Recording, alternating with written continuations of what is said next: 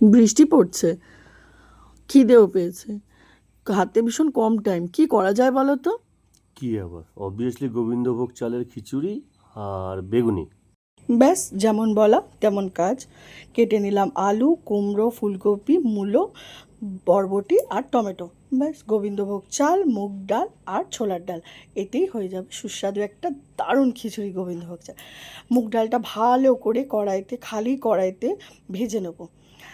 যেই দেখবো brown brown colour হয়ে গেছে, ব্যাস তো নামিয়ে নেবো। এরপরে কিছুটা ছোলার ডাল হাঁড়িতে জল গরম করে দিয়ে দিলাম, একটু নুন দিয়ে দিলাম, যাতে ওটা আগে, যেহেতু ওটা কাঁচা আছে আগে সেদ্ধ হবে। তারপরে যেটা প্রায় 60% হয়ে যাওয়ার পরে আমরা দিয়ে দেবো মুগ ডালটা।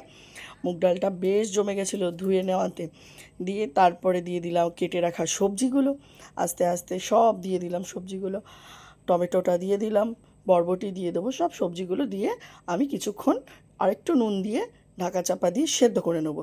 এর মধ্যে বলে দিই, যদি আমার ভিডিওগুলো তোমাদের সত্যি খুব ভালো লেগে থাকে, প্লিজ একটু সাবস্ক্রাইব করে দিও, আর কে কোথা থেকে দেখছো একটু কমেন্ট করো, আর লাইক শেয়ার অবশ্যই করো। Thank you. এরপরে আমি দিয়ে দেবো আদা বাটাটা। আদা বাটাটা দিয়ে দিলে ভীষণ সুন্দর সেন্ট আসে, খুব সিম্পল এবং খুব সুন্দর খেতে হয়। এরপরে চালটা দিয়ে একটু নুন দিয়ে আমি এটাকে ফুটতে দেবো।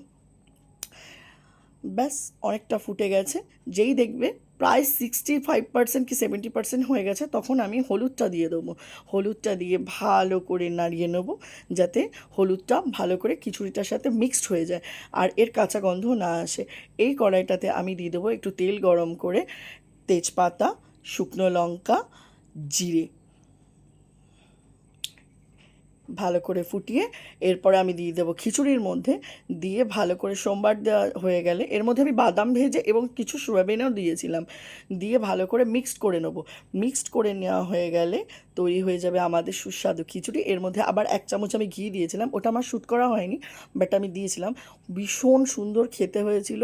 আর এটাতে লঙ্কার পরিমাণ আমি কম দিয়েছি, গোটা গোটা লঙ্কা দিয়েছিলাম যেহেতু আমার ছেলে খাবে। আর সাথে ছিল বেগুনি, আর খিচুড়ি, আলু ভাজা, বেগুনি, এটা আমার ছেলের খাবার। দেখা হচ্ছে নেক্সট ভিডিওতে। Thank you.